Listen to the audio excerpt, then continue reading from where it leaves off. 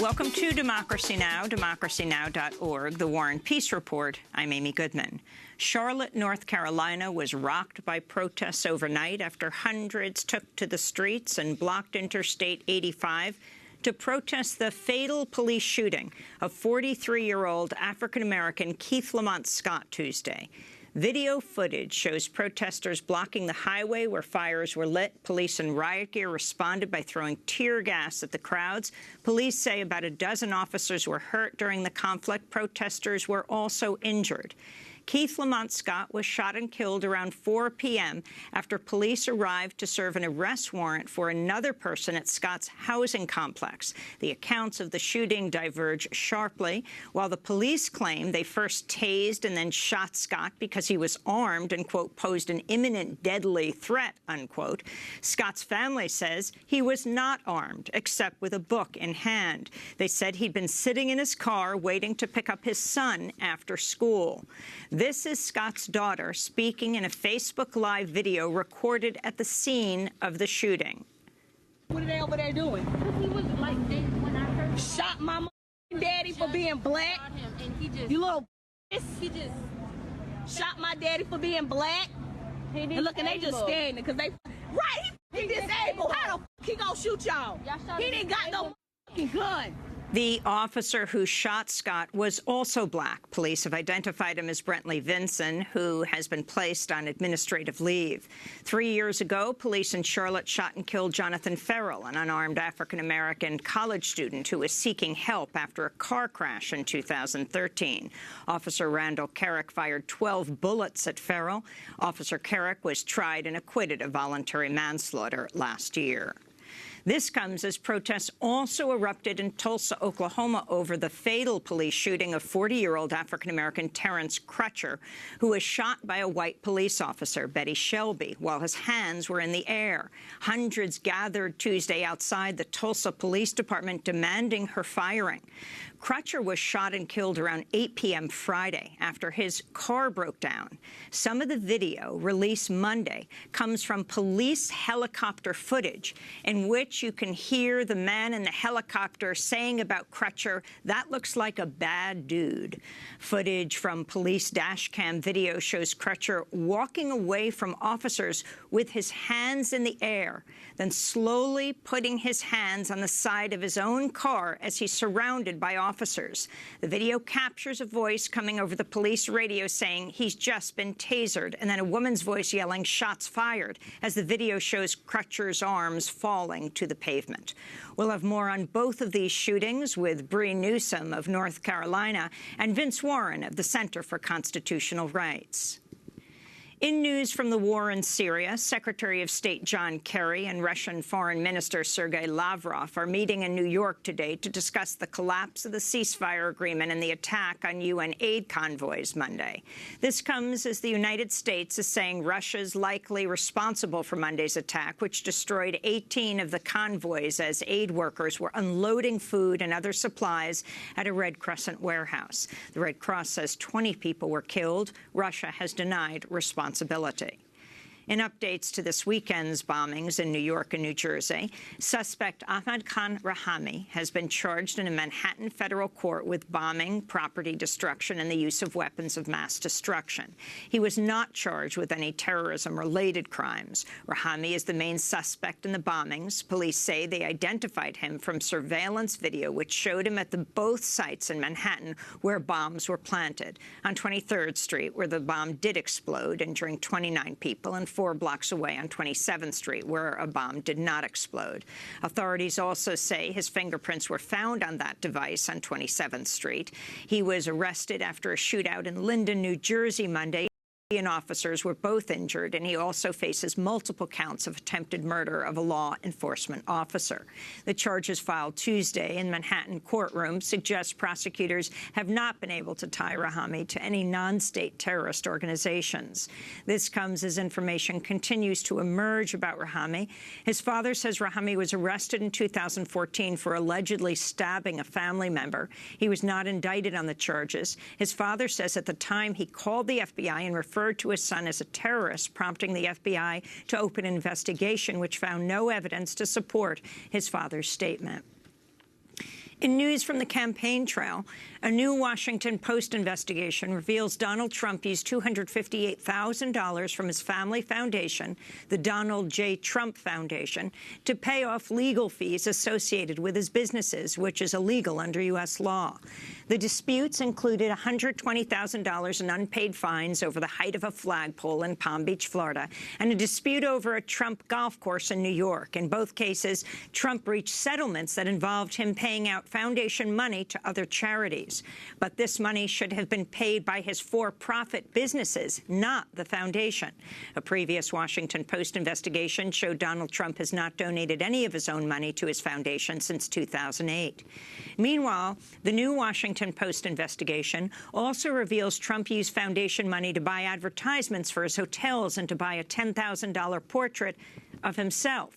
This is now the second documented case of Trump using his own foundation's money to buy portraits of himself. The other one was a 6-foot-tall portrait and cost $20,000. Meanwhile, Trump's son, Donald Trump Jr., continues to spark controversy with his comments that compared Syrian refugees to poisoned Skittles. On Monday, he tweeted a graphic reading, quote, "If I had a bowl of Skittles and I told you just 3 would kill you, would you take a handful? That's our Syrian refugee problem." Well, now the man who shot the photo of the Skittles in the graphic has come forward, revealing he himself is a former refugee.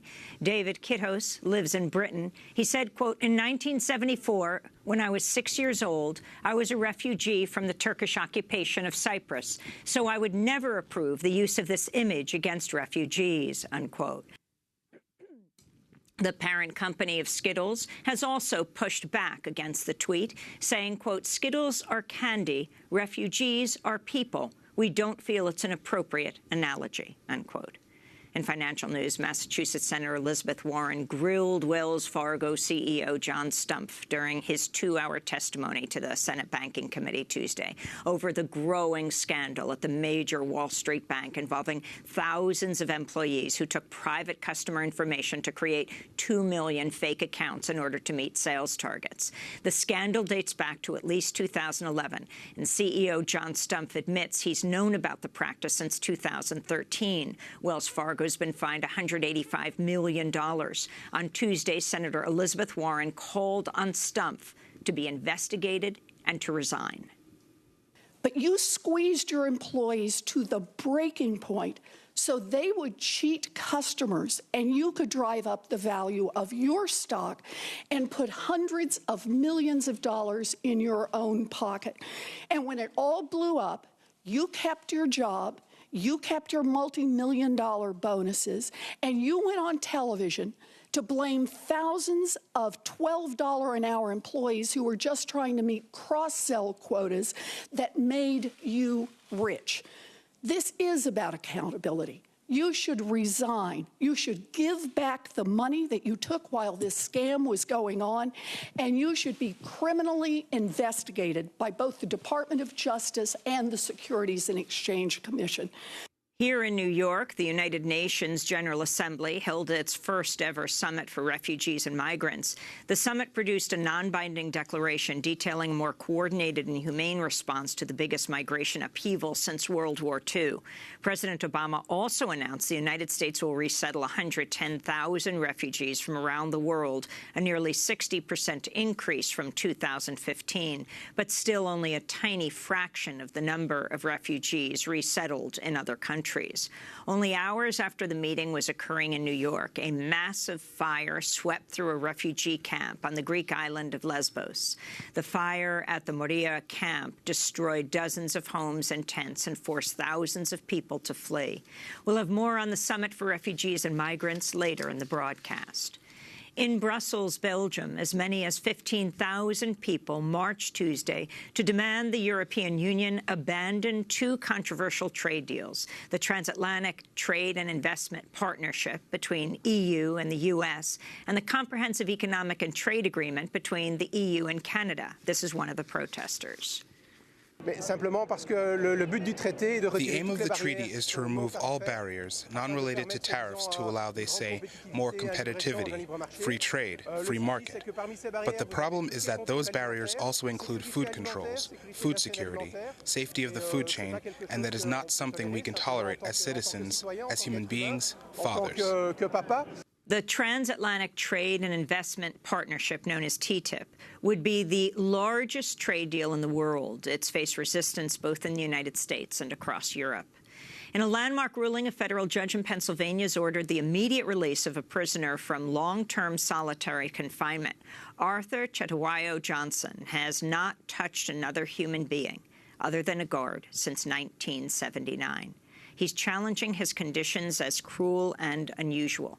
He described his isolation in a statement for the court, quote, "During my 36 years in solitary confinement, my cell has been about 7 feet by 12 feet, smaller than many cages used to hold animals at zoos.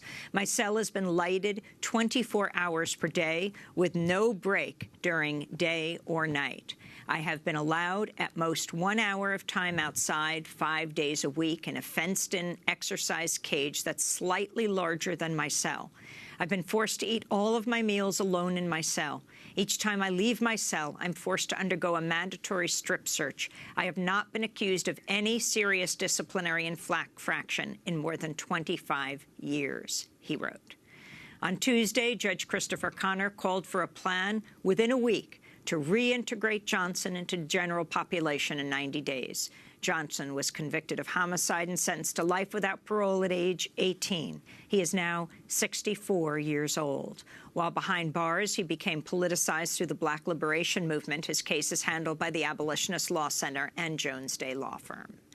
And in news from the ongoing movement to stop the $3.8 billion Dakota Access Pipeline, Standing Rock Sioux Tribe Chairman Dave Archambault has called on the United Nations Human Rights Council to oppose the project, saying the United States has failed to honor the tribe's sovereign rights and treaty land. While we have gone to the court in the United States, our courts have failed to protect our sovereign rights, our sacred places, and our water. We call upon the Human Rights Council and all member states to condemn the destruction of our sacred places and to support our nation's efforts to ensure that our sovereign rights are respected. We ask that you call upon all parties to stop the construction of the Dakota Access Pipeline and to protect the environment, our nation's future, our culture, and our way of life. That's Dave Archambault, the chair of the Standing Rock Sioux Tribe, speaking in Geneva at the United Nations Human Rights Council on Tuesday. And those are some of the headlines. This is Democracy Now!, democracynow.org, The War and Peace Report. I'm Amy Goodman.